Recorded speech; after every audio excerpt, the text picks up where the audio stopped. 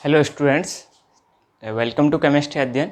और आज हम बात करने वाले हैं क्लास 11th का जो फर्स्ट चैप्टर है, यानी कि some basic concept of chemistry का लेक्चर 3rd। ठीक है, यहाँ पर हमने पिछले लेक्चर में बात की थी कि हमने कैसे मैटर क्या होता है और मैटर को कैसे क्लासीफाई किया था। तो हमने क्या बोला था कि मैटर क्या होता है। मैटर को क्लासीफाई करने के लिए हमने दो तरीके देखे थे। और मैटर बोला था कि मैटर ऐसी चीज़ होती है जिसके पास क्या होता है, मास होता है और कुछ स्पेस ऑक्यूपाई करता है, वो मैटर था।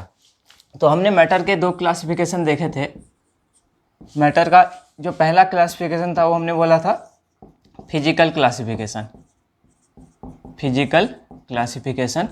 और दूसरा जो क्लासिफिकेशन किया था वो कौन सा था, केमिकल क्लासिफिकेशन। फिजिकल क्लासिफिकेशन और केमिकल क्लासिफिकेशन। तो फिजिकल क्लासिफिकेशन में हमने देखा था कि हम फिजिकली जो मैटर है उसको तीन टाइप में डिवाइड करते हैं, जिनको हम स्टेट्स ऑफ मैटर भी कहते हैं। एक सॉलिड स्टेट होता है, एक कौन सा होता है, लिक्विड स्टेट, और थर्ड गैसियस स्टेट। ठीक है, गैसियस स्टेट। तो ये तीनों की क्या थी, मैटर की स्टेट्स थी।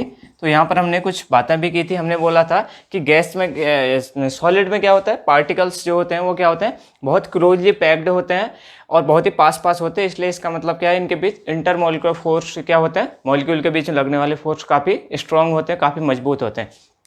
तो इस वजह से हमने क्या बोला था, अगर कोई सॉलिड सब्सटेंस है तो यहाँ पर पार्टिकल्स कुछ ऐसे अरेंज होते हैं, यानी कि बहुत पास पे अरेंज होंगे। और इसका मतलब क्या है, इनके बीच में एक स्ट्रॉन्ग इंटरमॉलिक्यूलर फोर्सेस क्या हो रहा होगा, अप्लाई हो रहा होगा। ऐसे ही हमने बोला था कि अगर लिक्विड स्टेट में कोई मैटर होता है तो क्या होता है, वहाँ पर पार्टिकल्स के बीच में काइनेटिक एनर्जी थोड़ा बढ़ जाती है पार्टिकल्स की, और क्या हो जाता है, ये पार्टिकल्स दूर होने लगते हैं थोड़ा, और इंटरमॉलिक्यूलर फोर्स क्या होंगे, कम होने लगता है।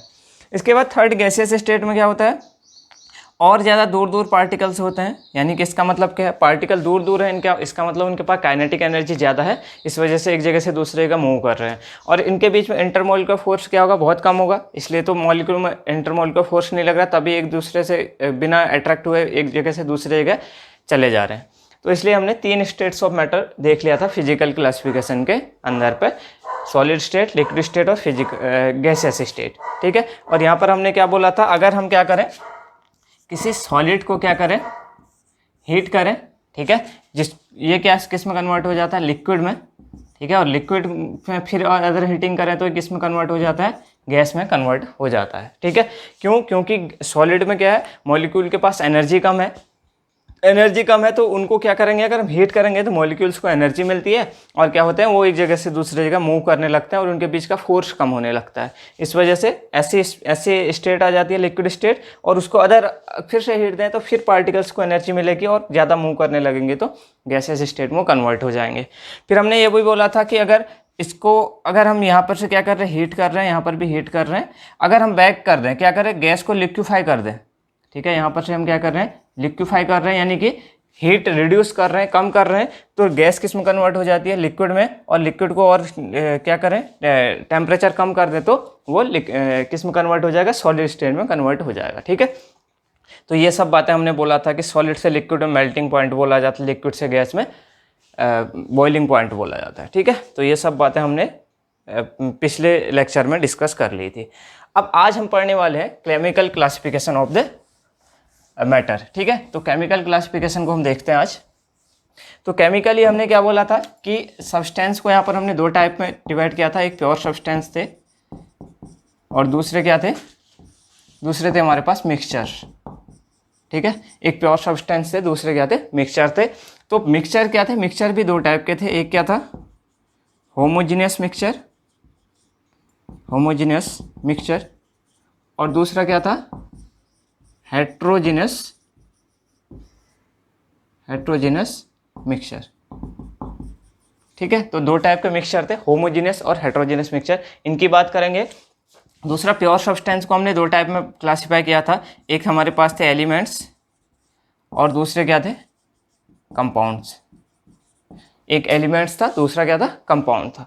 एलिमेंट को हमने तीन टाइप में डिवाइड किया था, कौन से, जो हमारे पास थे, मेटल्स, नॉन मेटल, और थर्ड क्या होता है, सेमी मेटल, या इनको क्या बोला जाता है, मेटलॉइड्स। ठीक है, सेमी मेटल। कंपाउंड दो टाइप के हमने क्लासीफाई किए थे, एलिमेंट तीन टाइप के, मेटल, नॉन मेटल और सेमी मेटल। जो पीरियोडिक टेबल में हमें पूरा का पूरा चार्ट जो होता है वो किसका है, वो एलिमेंट्स का ही है, ठीक है। Periodic table of the elements जो हमें हाइड्रोजन, हीलियम, लिथियम, बेरिलियम ऐसे करके पूरी की पूरी 118 एलिमेंट्स जो होते हैं वो क्या है, वहाँ पर एलिमेंट्स पाए जाते हैं। तो उनको हम मेटल्स, नॉन मेटल और सेमी मेटल में क्लासीफाई कर लेते हैं अच्छे से स्टडी करने के लिए। यहाँ सेकंड क्लासिफिकेशन में क्या, कंपाउंड हमने दो टाइप के देखे थे, एक इनऑर्गेनिक था और दूसरा क्या था, ऑर्गेनिक कंपाउंड। एक इनऑर्गेनिक और दूसरा ऑर्गेनिक कंपाउंड, ठीक है। तो इतनी बातें हमने पिछले लेक्चर में कर ली थी, एक क्लासिफिकेशन हमने कर लिया था। आज हम अब इस एलिमेंट्स क्या होते हैं, कंपाउंड क्या होते हैं, मेटल क्या है, नॉन मेटल क्या है, सेमी मेटल क्या है, इनऑर्गेनिक और ऑर्गेनिक कंपाउंड क्या होते हैं, मिक्सचर क्या होता है, होमोजेनस मिक्सचर क्या है, हेटेरोजेनस मिक्सचर क्या है, इस सब चीज़ का आज हम इस क्लास में डिस्कस करेंगे, ठीक है। तो चलो इसको मिटा के अब स्टार्ट करते हैं।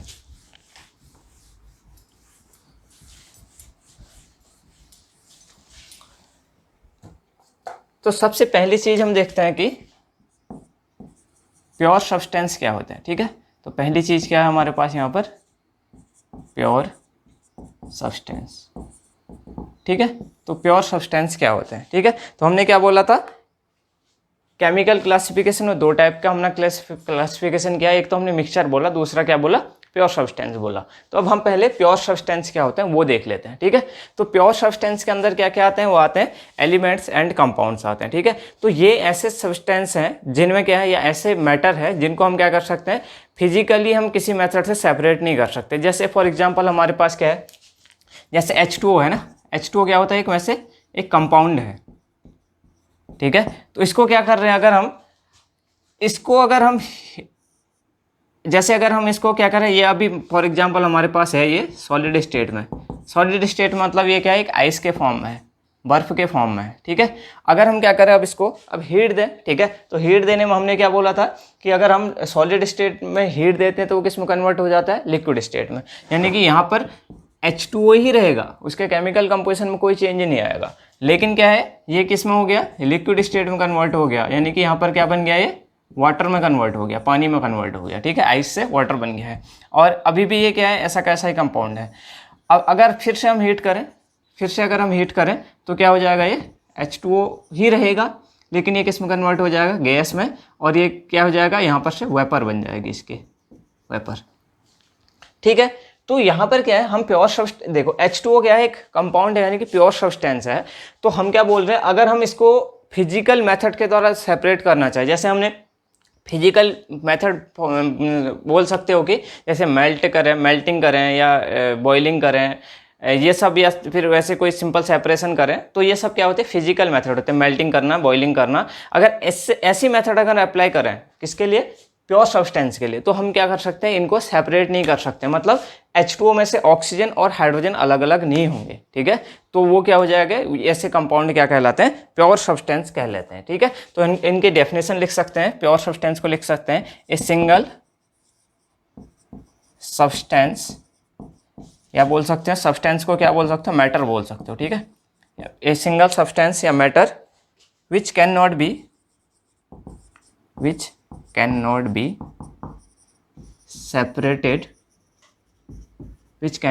separated into other kind of matter by a simple physical method, by any physical process, ठीक है। तो हम क्या कर सकते हैं, अगर हमने फिजिकल प्रोसेस अप्लाई की किसी प्योर सब्सटेंस में, जैसे H2O एक प्योर सब्सटेंस है, कंपाउंड है, ठीक है। इसको अगर हम क्या करें, इसमें फिजिकल प्रोसेस अप्लाई करें, मतलब हीटिंग करें, बॉइलिंग करें, ये सब करें, तो ये क्या हो सकता है, किसी दूसरे कंपोनेंट में चेंज नहीं होगा, ठीक है। H2O का H2O ही रहेगा, वो मतलब इसका केमिकल कंपोजिशन में कोई चेंज नहीं आ रहा है। पानी तो मतलब H2O तो H2O ही है, ठीक है। तो अपनी फॉर्म्स केवल चेंज कर रहा है, क्या सॉलिड से लिक्विड हो गया, लिक्विड से गैस हो गया, लेकिन H2O का जो केमिकल कंपोजिशन है उसमें कहीं पर भी चेंज नहीं आएगा, मतलब H2O ही रहेगा, ठीक है। तो ये बात होगी पहली चीज़, ठीक है। तो इसके एग्जाम्पल क्या क्या हो जाएंगे, फिर इसके एग्जाम्पल हो जाएंगे, वाटर हो जाएगा, ठीक है, सिल्वर, गोल्ड, ये सब ठीक है। और हमारे पास जैसे ग्लूकोज हो गया, ये सब क्या है, प्योर सब्सटेंस हैं जिनको हम क्या कर सकते हैं, फिजिकल मेथड से सेपरेट नहीं कर सकते, अलग अलग नहीं किया जा सकता, या फिर इनके केमिकल कंपोजिशन में कोई चेंज नहीं किया जा सकता बाय द फिजिकल प्रोसेस, ठीक है। तो ये तो पहली बात होगी, क्या प्योर सब्सटेंस की बात होगी, ठीक है। लेकिन प्योर सब्सटेंस के अंदर भी क्या आएंगे, इसके अंदर भी क्लासिफिकेशन है, एक एलिमेंट्स हैं और दूसरे क्या हैं, कंपाउंड्स हैं, ठीक है। अब इसको देखते हैं।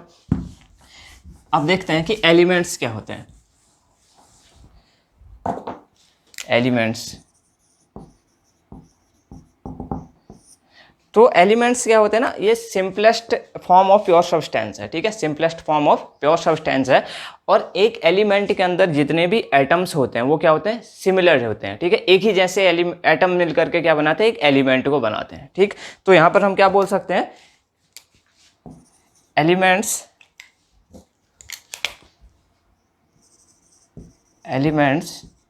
Are the simplest form of किसका, प्योर सब्सटेंस का, प्योर सब्सटेंस के अंदर है, simplest form of pure substance. An element contains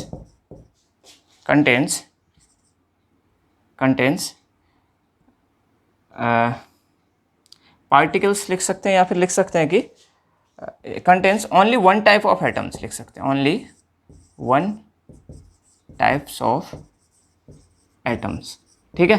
तो हम अभी तक क्या बोलते हैं, एटम से ही क्या बने रहते हैं, जितनी भी चीज़ें बनती है, एटम क्या है, स्मॉलेस्ट पार्ट है किसका, किसी भी मैटर का, ठीक है। तो यहाँ पर क्या होगा, एलिमेंट्स क्या है, एलिमेंट्स एक ही टाइप के एटम से मिलकर बने होते हैं, ठीक है। जैसे हम फॉर एग्जांपल हम देखें, जैसे हमारे पास आया, जैसे हमारे पास हाइड्रोजन का एटम है, ठीक है। तो हाइड्रोजन का एलिमेंट बोले तो हाइड्रोजन के एलिमेंट के अंदर हाइड्रोजन के ही एटम होंगे, ठीक है। उसमें ये अगर माना किसी अदर एटम को हम मिक्स कर देंगे या उसके साथ ऐड हो जाएगा तो फिर वो एलिमेंट नहीं रहेगा, ठीक है। तो एलिमेंट के अंदर एक ही टाइप के एटम होते हैं, ठीक है। जैसे अगर मैं बोलूं कि ऑक्सीजन का एलिमेंट, ठीक है, तो ऑक्सीजन का एलिमेंट मतलब उसके अंदर ऑक्सीजन के ही एटम है, किसी अदर के एटम नहीं है, किसी अदर एलिमेंट के एटम उसके अंदर नहीं है, ठीक है। तो हम क्या बोल सकते हैं कि एलिमेंट्स क्या है, एक तो simplest form of pure substance है, ठीक है। और दूसरा क्या है, एक एलिमेंट के अंदर केवल एक ही टाइप के एटम प्रेजेंट रहते हैं, ठीक है।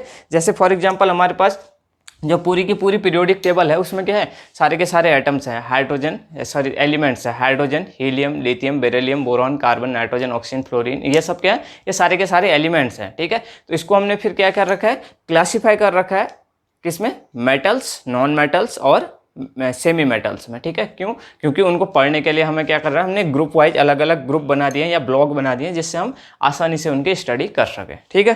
तो इतनी बातें होगी।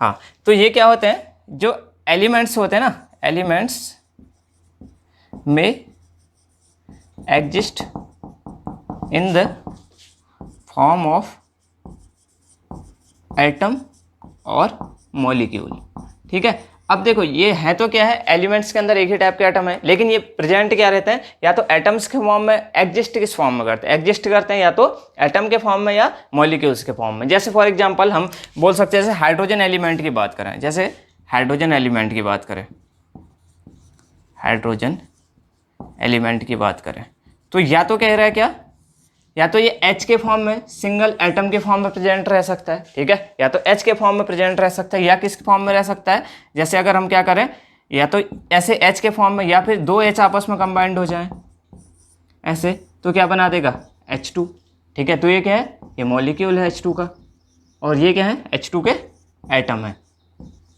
दो एटम H2O के मिलकर के क्या बना दिए, मॉलिक्यूल का फॉर्मेशन कर दिया, ठीक है। तो क्या बोल रहे हैं हम, एलिमेंट क्या हो सकता है, या तो एटम के फॉर्म में एग्जिस्ट करता है या मॉलिक्यूल के फॉर्म में एग्जिस्ट कर सकता है, ठीक है।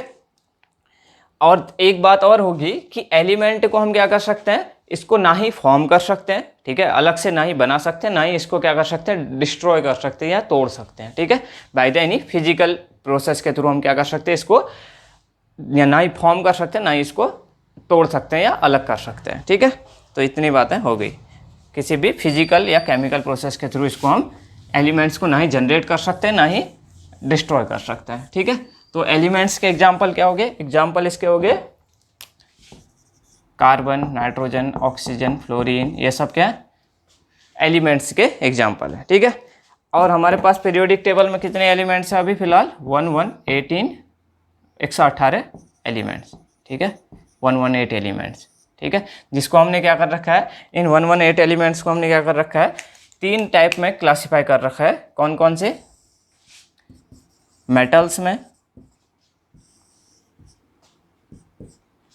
नॉन मेटल्स में, और थर्ड क्या, सेमी मेटल्स में, ठीक है। हमने क्या कहा, एलिमेंट्स तो है क्या है, प्योर सब्सटेंस है, ठीक है, और इनके अंदर एक एलिमेंट के अंदर एक ही टाइप के एटम होते हैं। और दूसरी बात क्या है, इन एलिमेंट्स को हमने 3 टाइप में क्लासीफाई कर रखा है। जो पूरी की पूरी पीरियोडिक टेबल है वो क्या एलिमेंट्स की ही है। तो वहाँ पर हमने क्या बोला, एक हमने मेटल बोले कुछ एलिमेंट्स को सेमी मेटल्स बोला, और कुछ एलिमेंट्स को क्या बोला, नॉन मेटल्स बोला है, ठीक है। अब देखिए, जैसे हमारे पास पूरी पीरियोडिक टेबल होती है, तो पूरी पीरियोडिक टेबल तो मैं यहाँ पर नहीं बना पाऊंगा अभी, लेकिन हम कुछ इस टाइप का देखते हैं पीरियोडिक टेबल में। ये कुछ ऐसी टेबल होती है,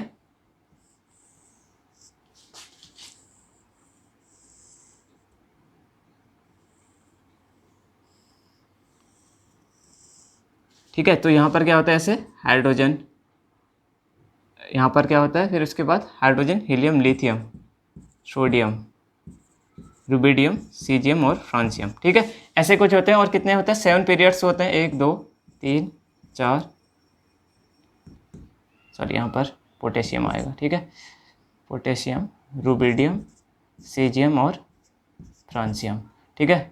तो 1 2 3 4 5 6 7, तो 7 क्या होते हैं, पीरियड्स होते हैं, ठीक है। और 18 क्या होते हैं, 18 ग्रुप्स होते हैं, ठीक है। तो 7 पीरियड और 18 ग्रुप्स होते हैं। उसी में क्या करते हैं हम, अलग अलग एलिमेंट को उनकी प्रॉपर्टीज के हिसाब से अलग अलग जगह पर प्लेस किया जाता है। तो यहाँ पर मेरा बताने का पर्पज ये है क्या कि यहाँ पर जो ये वाला पोर्शन होता है ना, लगभग ये वाला, यहाँ पर कौन से आते हैं, ये वाले होते हैं एस ब्लॉक एलिमेंट्स, और ये वाले होते हैं कौन से, डी ब्लॉक एलिमेंट्स, ठीक है। ये कौन से होते हैं, डी ब्लॉक एलिमेंट्स। और नीचे यहाँ पर को कहीं, नीचे यहाँ पर को ये होते हैं कौन से, एफ ब्लॉक एलिमेंट्स। यहाँ पर कौन से आते हैं, एफ ब्लॉक एलिमेंट्स, ठीक है। तो यहाँ पर से क्या बोल रहा हूँ मैं, हमने अपनी स्टडी के लिए, आसानी से स्टडी के लिए हमने क्या कर रखा है, इनको अलग अलग ब्लॉक में बांट दिया। इसको हम पीरियोडिक प्रॉपर्टीज में देखेंगे कि कैसे कैसे हमने अलग अलग कैसे कर रखा है, ये सब अगले 4th या 5th चैप्टर में ये डिस्कस करेंगे। तो अब देखिए यहाँ पर क्या है, एस ब्लॉक एलिमेंट्स, ये वाला जो, ये दो जो ग्रुप है ना, ये वाला और ये वाला, इसको हमने एस ब्लॉक बोल दिया। और ये बीच में जो आते हैं, यहाँ पर को क्या आते हैं, डी ब्लॉक एलिमेंट्स आते हैं। और इसके अलावा यहाँ पर क्या होते हैं, पी ब्लॉक एलिमेंट्स होते हैं, पी ब्लॉक एलिमेंट्स होते हैं, ठीक है। और ये वाले एफ ब्लॉक, यानी कि 4 ब्लॉक में हमने क्लासीफाई कर रखा है, ठीक है। अब देखिए, एस ब्लॉक में जितने के जितने सारे एलिमेंट्स हैं वो क्या होते हैं, मेटल्स होते हैं, ठीक है। एस ब्लॉक, ये मान के चलिए कि लगभग पूरी पीरियोडिक टेबल में 80% जो एलिमेंट्स होते हैं, 80 या 80 लगभग, वो क्या होते हैं, मेटल्स होते हैं, ठीक है। बाकी के लगभग अराउंड 15 से थोड़ा सा एबव वो क्या होते हैं, नॉन मेटल्स होते हैं। और मतलब लगभग ये मान के चलो कि 8-10 जो या 6-7 जो हैं वो क्या है, सेमी मेटल्स होते हैं, ठीक है। मतलब जो मेटलॉइड्स या सेमी मेटल हैं वो बहुत ही कम है, ज़्यादातर क्या है, मेटल्स हैं, ठीक है। तो हमने क्या बोला कि एस ब्लॉक में तो क्या है, मैं इसको एक बार यहाँ पर लिख देता हूँ।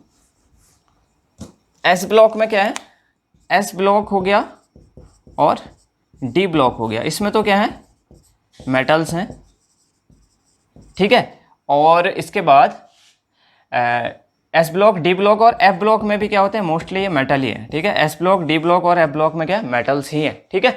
अब देखिए, ये तो मेटल्स हो गए। और पी ब्लॉक में क्या होता है, पी ब्लॉक में या तो नॉन मेटल्स होते हैं या क्या होते हैं, मेटलॉइड्स होते हैं, मेटलॉइड्स होते हैं, ठीक है। पी ब्लॉक में क्या क्या आते हैं, मैं थोड़ा सा आइडिया दे देता हूँ यहाँ पर।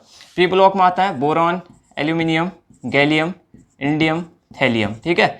और इसके बाद आता है नाइट्रोजन, नाइट्रोजन वाली फैमिली आती है, ऑक्सीजन फैमिली आती है, उसके बाद हेलोजन फैमिली आती है, उसके बाद कौन सा आता है, सॉरी कार्बन फैमिली, इसके बाद कार्बन फैमिली यहाँ पर आएगी। Boron, carbon family, nitrogen, oxygen, fluorine और यहाँ पर हीलियम, नियॉन वगैरह आएंगे, ठीक है। तो यहाँ पर क्या है, पूरी पीरियोडिक टेबल नहीं बता रहा हूँ मैं, थोड़ा बहुत आप बुक में देखोगे तो आइडिया आ जाएगा आपको। तो ये एस ब्लॉक है, ये डी ब्लॉक है और ये एफ ब्लॉक है। इनमें क्या है, मेटल्स है मोस्टली, मतलब लगभग मेटल ही है, सारे के सारे मेटल ही हैं, ठीक है। तो इनमें क्या है, लेकिन पी ब्लॉक में क्या है, पी ब्लॉक में मोस्टली तो नॉन मेटल है, ठीक है, ज़्यादातर क्या है नॉन मेटल्स हैं, लेकिन कुछ कुछ क्या होते हैं यहाँ पर सेमी मेटल्स भी होते हैं, जैसे यहाँ पर एल्यूमिनियम वगैरह, ठीक है। तो यहाँ पर से एक ऐसे लाइन ड्रॉ की जाती है जिसके अंदर क्या आते हैं, कुछ सेमी मेटल्स आते हैं, ठीक है। हम इस चीज़ को ज़्यादा डिस्कस करेंगे पीरियोडिक प्रॉपर्टीज़ के अंदर। यहाँ पर हल्का आइडिया हो गया कि मेटल्स, सेमी मेटल्स और नॉन मेटल्स हमने क्या कर रखा है, पूरी पीरियोडिक टेबल में एलिमेंट्स को क्लासीफाई कर रखा है, ठीक है। तो एस ब्लॉक में हमने सारे मेटल रखे, डी ब्लॉक में भी मेटल रखे, एफ ब्लॉक में भी मेटल रख रखे हैं, ठीक है। और पी ब्लॉक में क्या होता है, ये कौन सा ब्लॉक है, ये वाला पी ब्लॉक है। पी ब्लॉक के अंदर क्या है, पी ब्लॉक के अंदर नॉन मेटल्स आते हैं या फिर क्या आते हैं, सेमी मेटल्स आते हैं, ठीक है। अब देखिए होता क्या है, मेटल्स क्या होते हैं, इनकी प्रॉपर्टीज आपने पहले भी देखी होगी, मेटल्स क्या होते हैं ये आप पहले से पढ़ते आ रहे हैं, तो बहुत ज़्यादा प्रॉपर्टीज को तो मैं यहाँ पर डिस्कस नहीं करूँगा, कुछ इंपॉर्टेंट प्रॉपर्टीज को मैं बता रहा हूँ। नॉन मेटल, ठीक है। तो मेटल्स क्या होते हैं मोस्टली, जिनके पास क्या होते हैं, इलेक्ट्रॉन रिलीजिंग एबिलिटी होती है।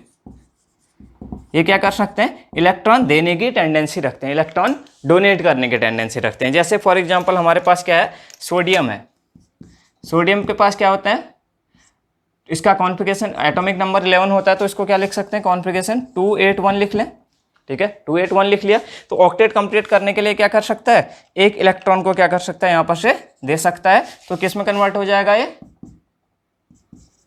Na पॉजिटिव में, और इसका कॉन्फ़िगरेशन हो जाएगा 2,8, ठीक है। तो इसका मतलब ये क्या कर सकते हैं, मेटल की क्या टेंडेंसी होती है, इलेक्ट्रॉन डोनेट करने की टेंडेंसी होती है। नॉन मेटल की क्या होगी फिर, नॉन मेटल की क्या होती है, इलेक्ट्रॉन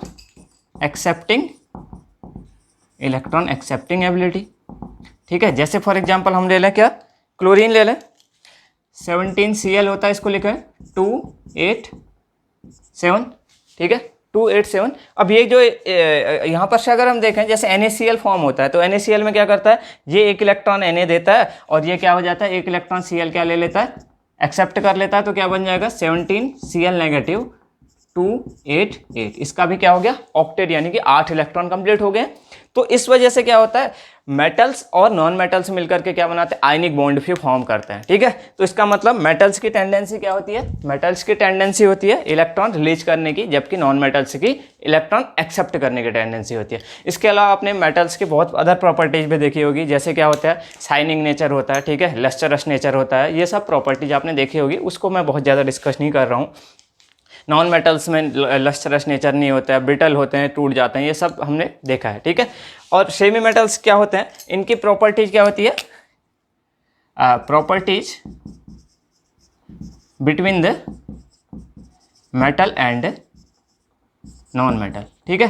तो जैसे इनके प्रॉपर्टीज क्या होते हैं, मेटल्स और नॉन मेटल्स के इंटरमीडिएट होती है, मतलब उनके बीच की टाइप की प्रॉपर्टीज ये शो करते हैं, ठीक है। जैसे यहाँ पर जो नॉन मेटल्स के एग्जांपल होते हैं, जैसे आर्सेनिक, एंटीमनी, बिस्मिथ, ये क्या है, सब क्या है, सेमी मेटल्स के ये सब क्या है, एग्जांपल्स हैं, ठीक है। तो हमने एलिमेंट्स को देखा है, और एलिमेंट्स हमने क्या बोला, एलिमेंट्स क्या होते हैं, प्योर सब्सटेंस होते हैं, ठीक है, और simplest form of pure substance है। दूसरी बात क्या कही हमने, कि ये एक एलिमेंट के अंदर एक ही टाइप के एटम प्रेजेंट रहते हैं, ठीक है। तो दूसरी बात ये होगी।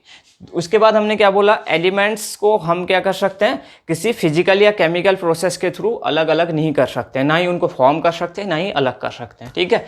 इतनी बात करने के बाद हमने बोला कि टोटल 118 एलिमेंट्स क्या होते हैं, पीरियोडिक टेबल के अंदर होते हैं, ठीक है। 118 एलिमेंट्स क्या होते हैं, एक पीरियोडिक टेबल के अंदर होते हैं।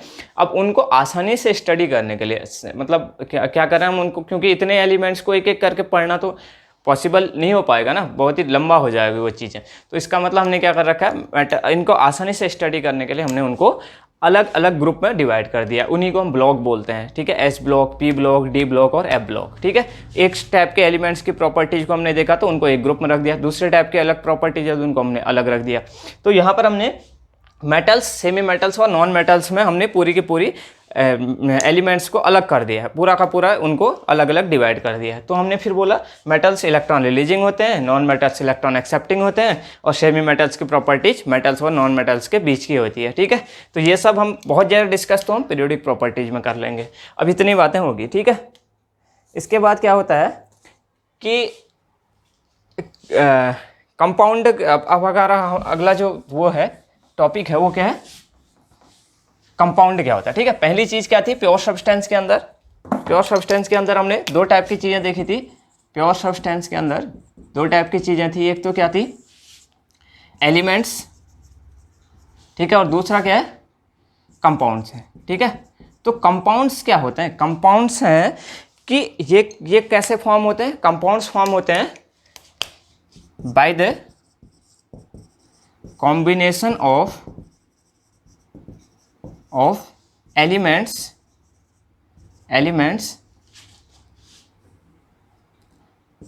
by the combination of elements in a fixed ratio।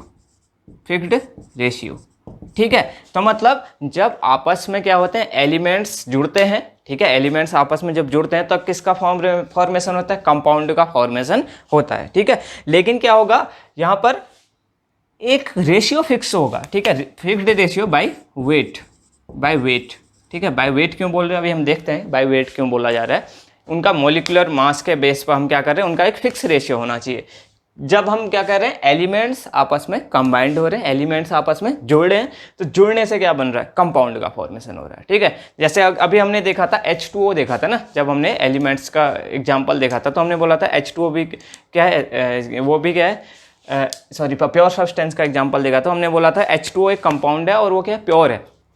तो अभी हम देखो कंपाउंड में देखते हैं H2O का एग्जाम्पल, कैसे हम कंपाउंड को डिफाइन कर रहे हैं। ठीक है, और एक चीज़ और होती है कि कंपाउंड को हम फिजिकल मेथड से क्या कर सकते हैं, अलग अलग नहीं कर सकते हैं। ठीक है, लेकिन क्या कर सकते हैं, केमिकल मेथड के थ्रू हम क्या कर सकते हैं, या केमिकल रिएक्शन के थ्रू हम उसकी प्रॉपर्टीज को चेंज कर रख सकते हैं, या उसके कंपोनेंट्स को हम अलग अलग कर सकते हैं। ठीक है, जैसे फॉर एग्जांपल मैं बोलूँ कोई कंपाउंड है, जैसे हमारे पास कोई कंपाउंड है, जैसे H2O है। ठीक है, पानी है, पानी एक कंपाउंड है, अगर हम उसको हीट करें या हीट कम करें, ज़्यादा करें, बॉईल करें, या फिर क्या करें, वेपर फॉर्म में कन्वर्ट करें, तो उसका केमिकल कंपोजिशन H2O पे कोई फ़र्क नहीं पड़ेगा। लेकिन अगर हम उसकी कोई केमिकल रिएक्शन करवा दें या किसी केमिकल मेथड के थ्रू उसमें कुछ रिएक्शन करवाएं, तो क्या हो जाएगा, H2O का केमिकल कंपोजिशन चेंज हो जाएगा। ठीक है, केमिकल रिएक्शन होगी तो उसका कंपोजिशन कहीं ना कहीं चेंज हो जाएगा, उसके प्रॉपर्टीज भी अलग अलग हो जाएंगी।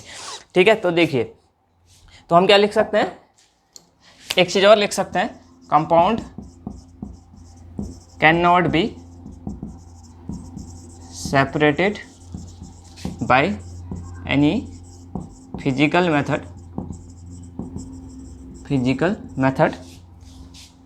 But can be separated by chemical method.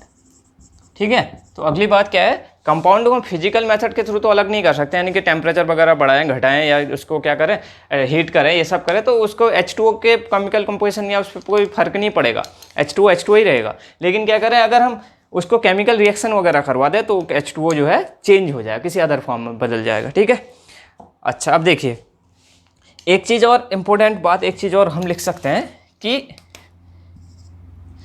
एक और इम्पोर्टेंट बात क्या है कि properties of compound remain different from its constituent particles। ठीक है, या फिर बोल सकते हैं कंस्टिट्यूएंट एलिमेंट्स।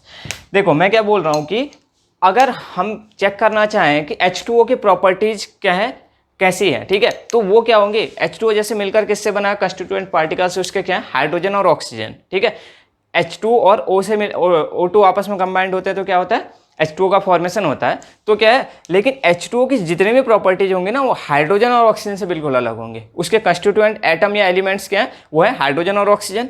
उनसे क्या होगा, H2O की प्रॉपर्टीज बहुत डिफरेंट होंगी। अभी इस चीज़ को हम समझते हैं, ये सारे पॉइंट अभी मैं यहाँ पर डिस्कस करता हूँ। देखिए ये कैसे होगा, जैसे हम देखें, पहली बात तो हमने क्या बोला कि अगर H2O की बात करें, H2O एक कंपाउंड है, हम कैसे प्रूफ करेंगे। ठीक है, तो देखिए पहली बात तो हमने बोली कि क्या होता है, यहाँ पर एटम्स या एलिमेंट्स क्या होते हैं, एक फिक्स्ड रेशियो में होते हैं बाय द मास। ठीक है, जैसे अगर हम देखें यहाँ पर H2O मिलकर किससे बना होगा, H2O एक कंपाउंड है, ये हाइड्रोजन ठीक है, और ऑक्सीजन के एलिमेंट से मिलकर बना हुआ है। ठीक है, तो हाइड्रोजन और ऑक्सीजन के एलिमेंट से मिलकर बना हुआ है। तो अगर हम देखें हाइड्रोजन का मॉलिक्यूलर मास देखें, क्या मॉलिक्यूलर वेट या मॉलिक्यूलर मास देखें, तो हाइड्रोजन का कितना होता है अप्रोक्सीमेटली 1, ठीक है, ऑक्सीजन का कितना होता है अप्रोक्सीमेटली 16, ठीक है। लेकिन यहाँ पर क्या है, हाइड्रोजन के कितने एटम्स हैं, वो कितने हैं 2, ठीक है। तो इसको हम क्या लिख सकते हैं, 2 × 1 लिख लिया हमने मॉलिक्यूलर वेट निकालने के लिए, ठीक है। अब दूसरा क्या हो गया, तो ये इसका मतलब ये क्या हो गया, ये 2 में, ये 2 के रेशियो में होगा और ये 16 के रेशियो में,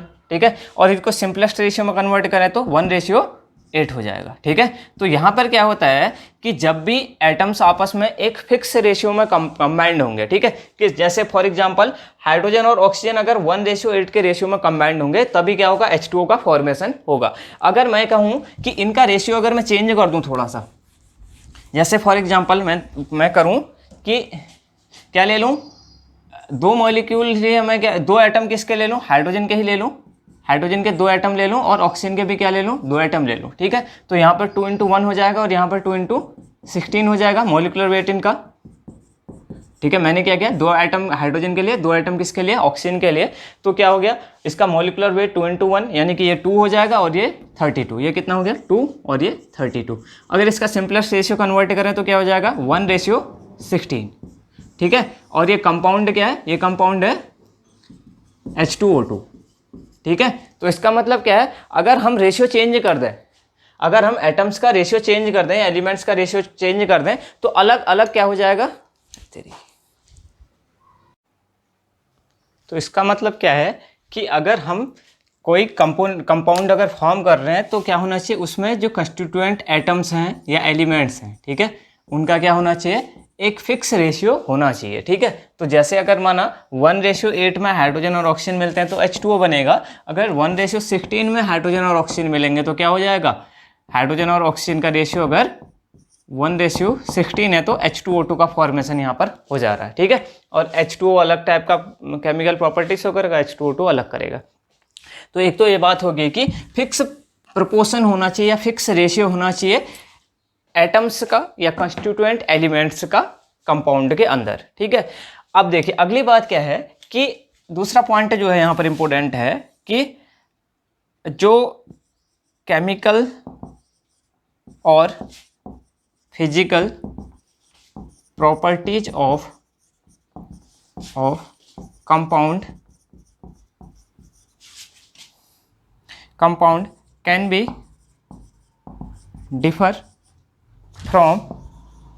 differ from its constituent atoms या elements, ठीक है। तो इसका मतलब क्या है कि जिससे मिलकर ये कंपाउंड बना है, जैसे H2O मिलकर किससे बना हुआ है, H2 और O2 से मिलकर ये बना होता है, ठीक है। H2O2 किससे मिलकर बना होता है, H2 और O2 से मिलकर ये बना हुआ होता है। तो इसका मतलब क्या है कि H2O के प्रॉपर्टीज H2 और O2 से क्या होंगे, डिफरेंट होंगे, ठीक है। जैसे फॉर एग्जांपल हम क्या देखते हैं, जो हाइड्रोजन होता है उसको क्या होता है, उसका नेचर कंबसन का होता है, यानी कि ये जलता है, ठीक है। और O2 क्या करती है, हेल्प इन कंबसन। और H2O क्या होता है, फायर एक्सटिंग्विशर, यानी कि ये क्या करता है, ये करता है आग बुझाने का काम, ठीक है। तो इसका मतलब क्या है, जो कंपाउंड बनता है वो अपने जिनसे मिलकर वो कंपाउंड बना हुआ है उनसे इस कंपाउंड की प्रॉपर्टीज क्या होती हैं, बहुत डिफरेंट होती है।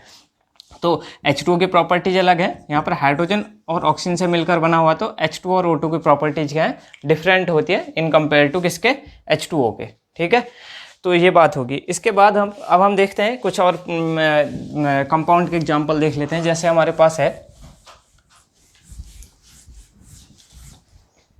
जैसे CO2 एक कंपाउंड है, तो ये किससे मिलकर बना होता है, कार्बन प्लस ऑक्सीजन से मिलकर बना हुआ होता है। तो कार्बन और ऑक्सीजन से मिलकर बना हुआ है, तो CO2 क्या होता है, CO2 जैसे माना फॉर एग्जांपल हमारा फायर एक्सटिंग्विशर की तरह काम होता है। जो हमारे पास जो आग बुझाने वाले सिलेंडर होते हैं उसके अंदर कार्बन डाइऑक्साइड होती है, लेकिन कार्बन का क्या होता है, कंबसिंग नेचर होता है, कंबसिंग नेचर होता है। और ऑक्सीजन क्या करता है, हेल्प इन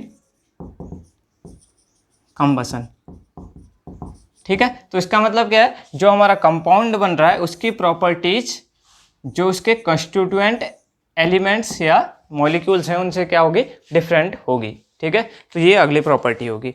इसके बाद हम देखते हैं टाइप्स ऑफ कंपाउंड क्या होगा। तो हमने अगला जो बात है वो क्या है, टाइप्स ऑफ कंपाउंड।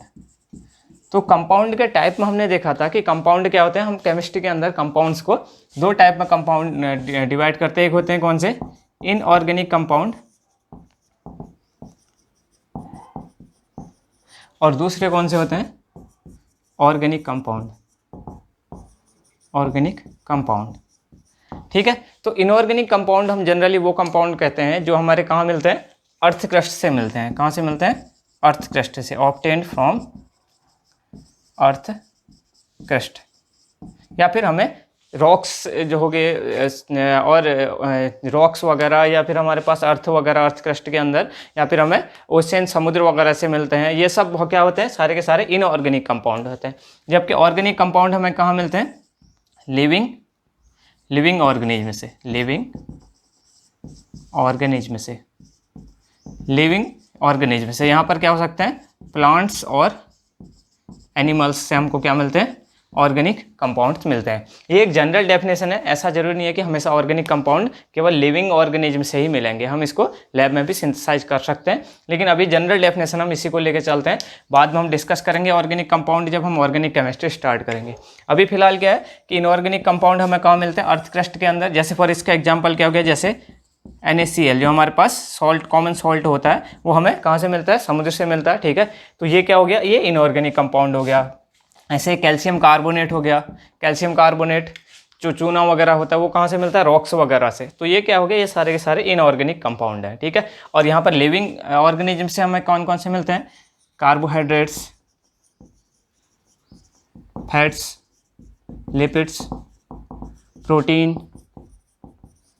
ठीक है, ये सब क्या है, ये सब के सब क्या कहलाते हैं, ऑर्गेनिक कंपाउंड्स के अंदर आते हैं। और इनऑर्गेनिक कंपाउंड्स के अंदर NaCl, कैल्शियम कार्बोनेट, और क्या हो सकता है, और भी जितने टाइप के आप कंपाउंड देखते हैं, जैसे CO2, जैसे हमारे पास जैसे गैसियस मिक्सचर्स होते हैं N2, ये सब क्या है, सारे के सारे क्या है, इनऑर्गेनिक कंपाउंड्स होते हैं। ठीक है, तो इसके बाद हमारी बात होगी, ये हमने chemical classification of the compound में हमने पहला टाइप देख लिया, जहाँ पर हमने प्योर सब्सटेंस को क्लासीफाई किया।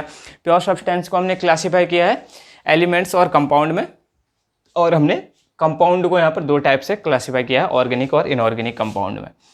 बाकी ऑर्गेनिक और इनऑर्गेनिक कंपाउंड को, ऑर्गेनिक कंपाउंड को हम जब पढ़ते हैं उसके लिए हमारे पास ऑर्गेनिक केमिस्ट्री होती है, और इनऑर्गेनिक कंपाउंड की स्टडी के लिए हमारे पास इनऑर्गेनिक केमिस्ट्री में हम उसको पढ़ते हैं। ठीक है, अब देखिए, अब दूसरा जो पार्ट था केमिकल क्लासिफिकेशन का, वो कौन सा था, मिक्सचर्स।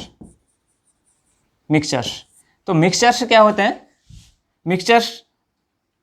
मिक्सचर्स ये बोल सकते हो कि एक ऐसे बनते हैं हमारे 2 और मोर कंपाउंड्स के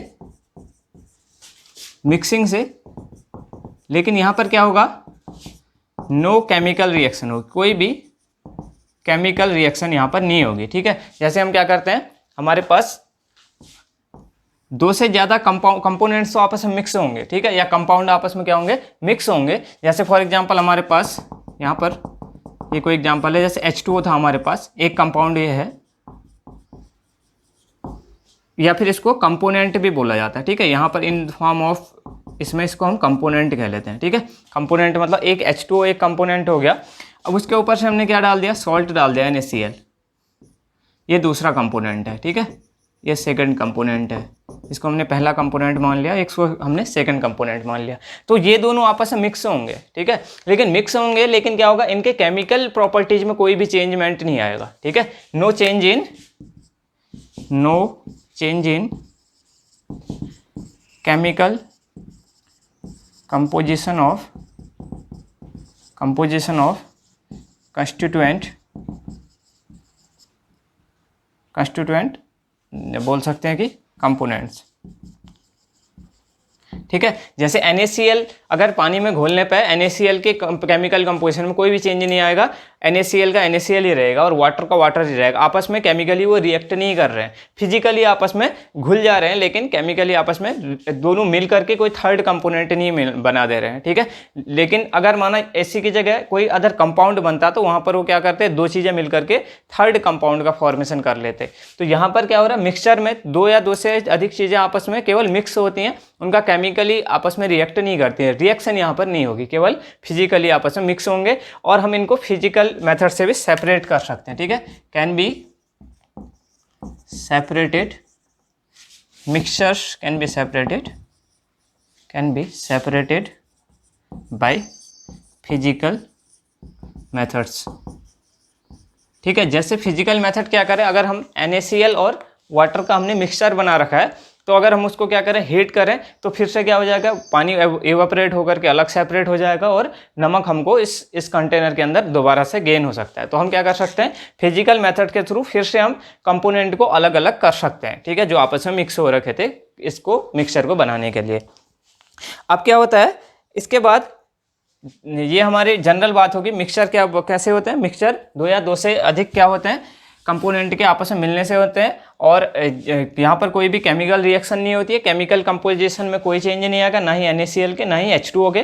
थर्ड बात है कि इसको हम क्या कर सकते हैं, कोई केमिकल रिएक्शन नहीं हो रही है, केमिकल कंपोजिशन कभी भी इनका चेंज नहीं होगा कंस्टिट्यूएंट एलिमेंट या कंपाउंड का।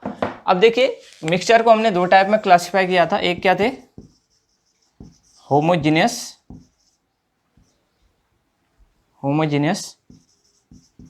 मिक्सचर, और जो दूसरा था वो कौन सा था, वो था हेट्रोजीनियस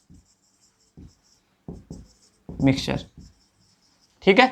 तो होमोजीनियस मिक्सचर और हेट्रोजीनियस मिक्सचर दो टाइप के हमने देखे थे। जैसे अगर हम देखें, इसका एग्जांपल देखें, इसका एग्जांपल होता है वाटर प्लस नमक यानी कि सॉल्ट, ठीक है, या फिर बोल सकते हैं वाटर प्लस शुगर, चीनी, ठीक है। इन दोनों का मिक्सचर का इसका एग्जांपल है होमोजेनस मिक्सचर। तो यहाँ पर क्या होता है, जो मिक्सिंग होती है अच्छे से मिक्सिंग हो जाती है। जैसे अगर हम पानी के अंदर नमक को घोलें तो इंटर मिक्सिंग दोनों के दोनों कंपोनेंट का क्या होगा, वाटर प्लस NaCl के अच्छे से घुल जाएंगे, एक दूसरे में क्या हो जाते हैं, अच्छे से इंटर मिक्स हो जाते हैं।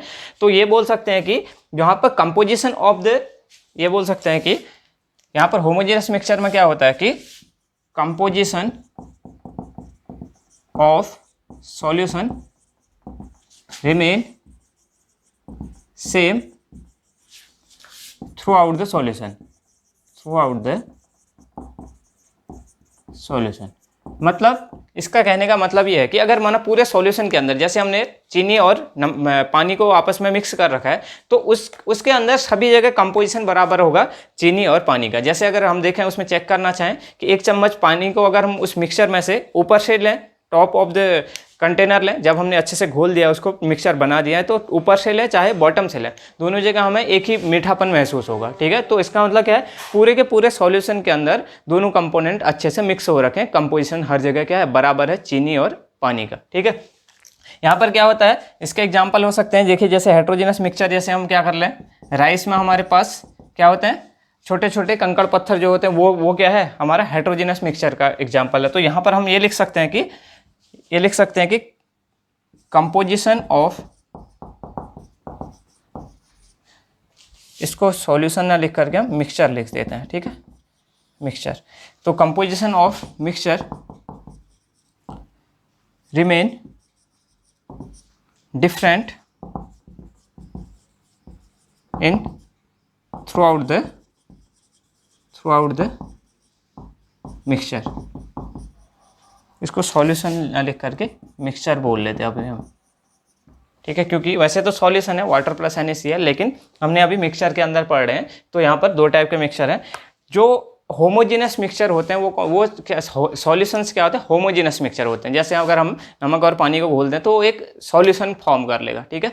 तो इस टाइप के होमोजेनस मिक्सचर क्या कहलाते हैं, सॉल्यूशन कहलाते हैं। और ये दूसरा क्या है, हेट्रोजेनस मिक्सचर। यहाँ पर क्या होता है, दो कंपोनेंट आपस में अच्छी तरह नहीं घुलते हैं, ठीक है। तो आप क्या कर सकते हैं, नेक्ड आई से भी उसको देख सकते हैं। जैसे इसका एग्जाम्पल हो सकता है, जैसे मिट्टी में क्या करें आप, सिलिका प्लस वाटर कर लें, सिलिका प्लस वाटर। जैसे मिट्टी और पानी को आप घोल लें तो एक लेयर मिट्टी की अलग बन जाएगी नीचे और वाटर की अलग लेयर बन जाती है, अच्छे से आपस में क्या होते हैं, नहीं मिक्स होंगे, या फिर उसको आप नेक्ड आई से भी देख सकते हैं। यहाँ पर आप जो कंपोनेंट है उनको आप नेक्ड आई से नहीं देख सकते हैं, आप ऐसे करके बाहर से या आप माइक्रोस्कोप से भी यहाँ पर अच्छे से नहीं देख पाएंगे कि शुगर और वाटर के कंपोनेंट आपको अलग अलग नज़र नहीं आएंगे, जबकि यहाँ पर आपको आसानी से नेक्ड आई से भी सिलिका के और वाटर के कंपोनेंट आपको नज़र आ जाएंगे हेटेरोजेनस मिक्सचर के अंदर।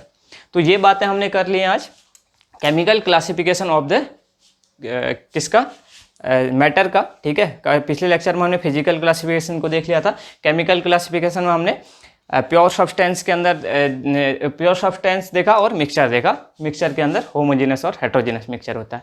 अब ये जो होमोजेनस मिक्सचर को हम जो अच्छे से स्टडी करते हैं वो क्लास 12 के सॉल्यूशन वाले चैप्टर में पढ़ते हैं, जहाँ पर हम उसको प्योरली सॉल्यूशन के फॉर्म में उसको पढ़ते हैं, ठीक है। तो ये इतनी बातें होती हैं केमिकल क्लासिफिकेशन में। आज के लेक्चर में इतना ही करेंगे। So thanks for watching.